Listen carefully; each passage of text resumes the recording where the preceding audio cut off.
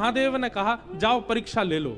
और जैसे ही सती उठ के परीक्षा के लिए खड़ी हुई, महादेव उसी समय नेत्र बंद करके बोले अब कुछ नहीं हो सकता। लेकिन सती कह रही है कि महादेव ने पहले ही कहा था छोटी मोटी परीक्षा मत लेना, लेनी है तो बड़ी लेना। तो बार बार सोचा क्या करूं क्या करूं क्या करूं। पुनि पुनि हृदय विचार करी धरी सीता को रूप। और सीता रूप धारण करके जैसे ही सती उस मार्ग में आई, राम जी के आगे चलने लगे। अब पहली गलती तो कर दी कि सीता जी ऐसे चलती ही नहीं थी, वो तो राम जी के पीछे चलती हैं, पति के पदचिन्हों पर चलती हैं। और दूसरी गलती क्या कर दी, परब्रह्म की ओर सन्मुख होना चाहिए, परब्रह्म की ओर विमुख हो गई।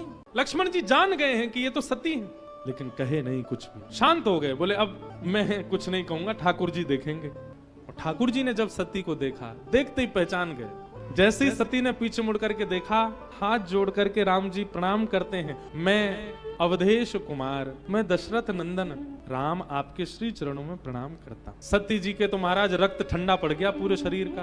बोले ये मुझे प्रणाम क्यों कर रहे हैं। प्रणाम करके कहा, हे माँ आप इतने सघन वन में अकेले क्यों घूम रही हैं? परम प्रिय महादेव कहाँ हैं? आप अकेली क्यों घूम रही हैं? आपके साथ तो सदा महादेव को होना चाहिए, महादेव क्यों नहीं आए हैं आपके साथ? ये सुनते ही तो सती घबरा गई। सती जी विचलित तो हुई, परंतु तुरंत वहां से दौड़ी हैं, निकल गई वहां से। राम जी ने मन में विचार किया, ये आई तो हैं, थोड़ी इनको लीला दिखा दी जाए। आगे भी राम सिया लक्ष्मण, पीछे भी राम सिया लक्ष्मण।